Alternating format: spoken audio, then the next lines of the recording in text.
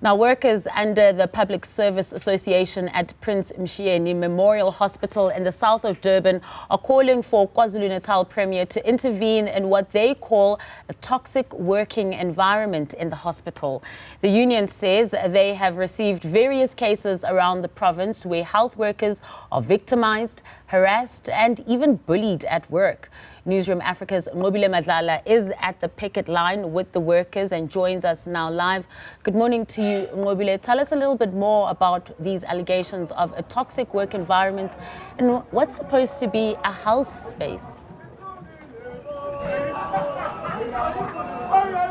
Well, yes, it seems it's not as healthy as it's supposed to be, Masa, indeed. From what we have heard from the workers that we spoke to just earlier on have told us that they've been basically given leave without pay, mainly because they hadn't pitched up at work, and roster changes have been part of those issues.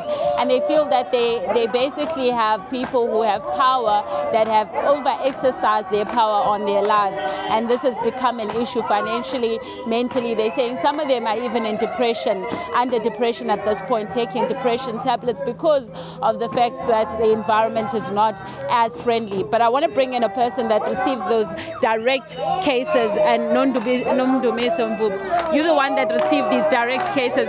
Take me through some of the cases that have shocked you. The shocking is the bullying around.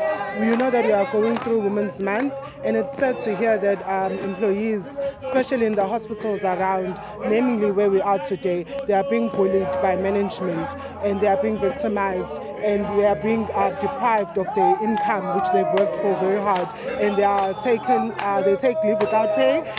That results at staff not having money to even to come to work. So those are the complaints that we are getting, that people are being asked to do things that they're not supposed to be doing at work. If they refuse to do those things, they are then abused. And in terms of staff, because you're saying that they're being asked to do certain things that they're not supposed to do, is it because the hospital doesn't have enough staff, or what's the case? Most of the issues that arise from shortage of staff. You can't expect somebody to do a work for maybe 5 or 10 people and it's only one person. So because they are asked to do things that are extreme and over what they're supposed to be doing, they are then resulted in victimization. Do you have a specific case you've worked on? Yes, I have got a lot. I've got a lot of cases that I've worked on.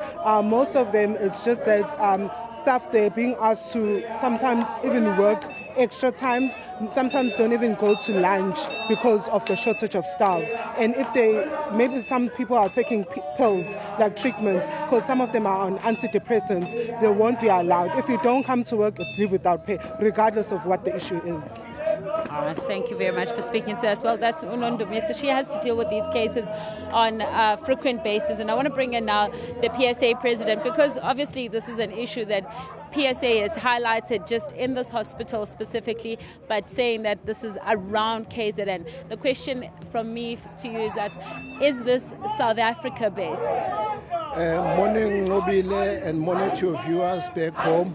Nqobile, indeed, it is not only unique to KZN, it is something that's causing across the country, and it is a worrying factor to us because of late you might have heard that the resurgence of diseases like your mpox, and then if we are struggling to service our communities currently with the kind of pandemics or disease that we are having, we are asking ourselves what is going to happen. And you'll recall, Nqobile, not long ago we are coming back from the COVID pandemic, which caused a lot of havoc in our society.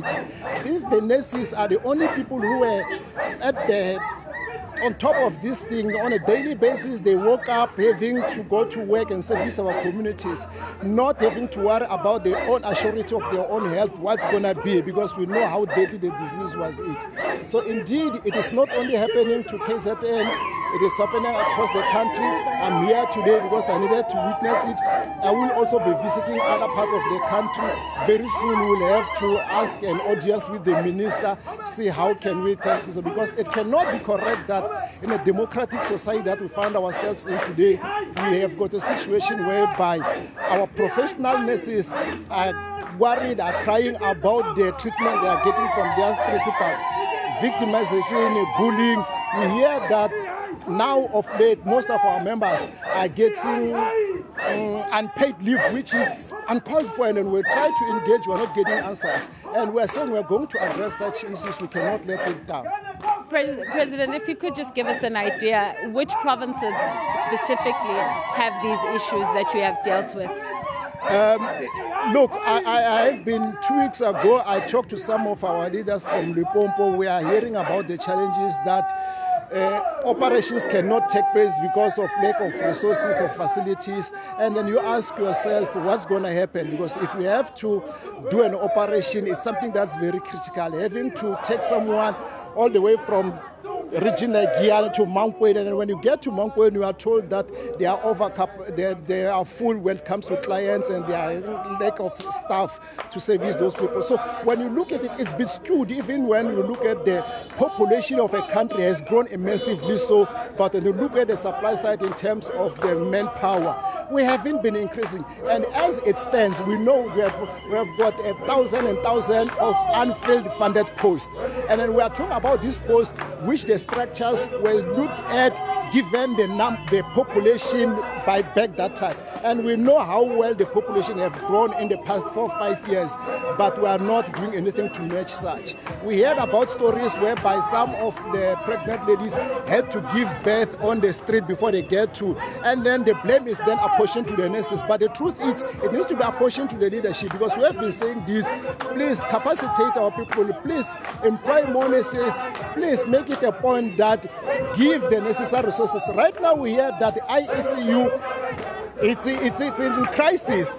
Stuff, there's no water, there's nothing that takes place there. And when our members raise this, they are being threatened of getting dismissals. And we say we cannot operate in such situation where people rule with fear.